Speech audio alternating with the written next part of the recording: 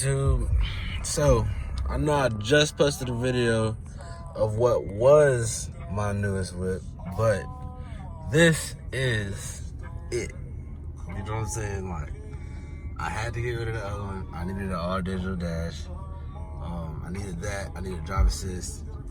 And you know, I kind of wanted a CLS, so I had to go there, you know what I'm saying? So now we drive a CLS. This shit is fire.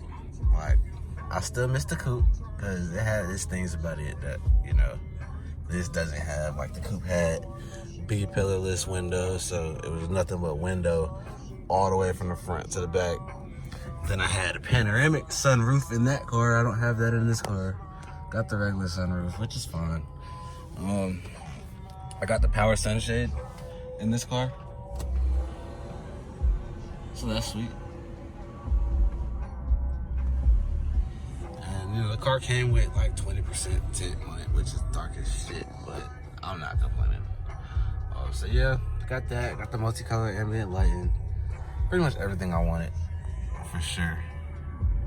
Don't have heads-up display, which isn't really necessary. I got the shit right there. That's cool. But yeah, so it's the new whip.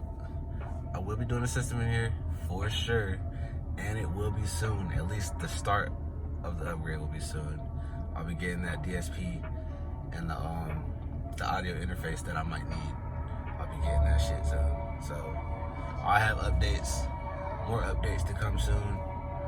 This will be a OEM Plus build, so we're gonna keep all the factory speakers, and I'm just gonna add a sub. It sounds good in here too. The time alignment isn't as good as the last car, but hey, this shit is still sick. So yeah, check back in like, you know, a week or two. I should have some updated content just to show you the system. I'm getting a wrap done, and I'm getting a tune done.